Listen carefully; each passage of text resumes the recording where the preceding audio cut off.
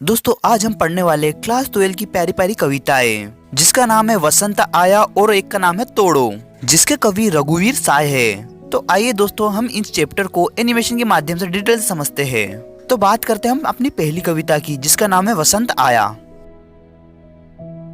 इन पंक्तियों में कवि कहता है कि सुबह फुटपाथ पर चलते हुए उसे रास्ते पे किसी बंगले के अशोक के पेड़ से किसी चिड़िया के कुहकुहाने की आवाज सुनाई दी।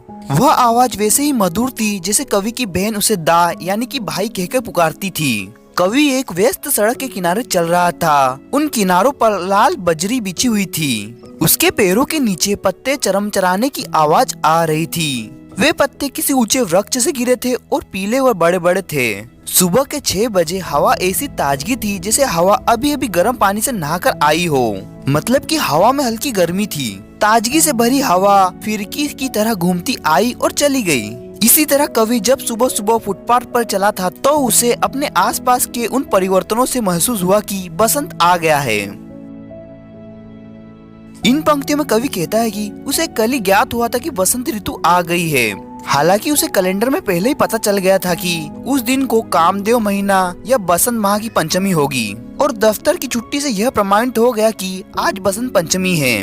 कवि कविता पढ़ने में रुचि रखता है। उसे कविता पढ़ने से ज्ञात था कि बसंत माह के ढाक के पेड़ों जंगल लाल लाल फूलों से धक धक दहाड़ेंगे और कहीं आम की बोर आएगी। इस महीने में आनंद देने वाले वन रंग रस और गंध से लदे होंगे। फूलों का रस पीकर मस्त होने वाले कोयल भौर आदि अपने अपने कार्य को दिखाएंगे, मतलब कि मस्ती से झूमते हुए गाएंगे। अंत में कवि कहता है कि बस कवि ने यह नहीं सोचा था कि उसे बसंत आने की जानकारी आज के तुच्छ दिन की तरह होगी। अब हम बात करते हैं दूसरी कविता की, जिसका नाम है तोड़ो। इन पंक्तियों में कवि कहता है कि जिस प्रकार बंजर भूमि को दूर करने के लिए उसके ऊपर फैले पत्थर और चट्टानों को तोड़कर समतल करना पड़ता है, उसी तरह मनुष्य को आगे बढ़ने के लिए अपने अविश्वास को दूर करना होगा। कवि प्रेरणा देता है कि मानव पत्थर तथा चट्टानों को तोड़कर सजग प्रक्रिया का हिस्सा बने। वह समाज के झूठे बंधन और मर्यादा को तोड़कर मेहनत करे। मनुष्य को धरती के बारे में जानकारी हासिल करनी चाहिए।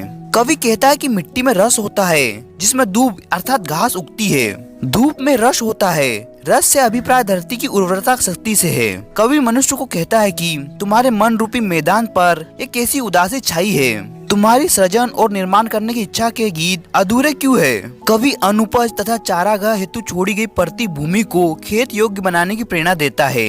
वह कहता है कि तुम्हारे संघर्ष से यह रस से युक्त मिट्टी अवश्य ही बीज उगाएगी। इससे फसल उत्पन्न होगी। इसलिए मनुष्य को अपने मन की खींच को दूर करके मेहनत करनी चाहिए और उन्नति के मार्ग पर बढ़ना चाहिए।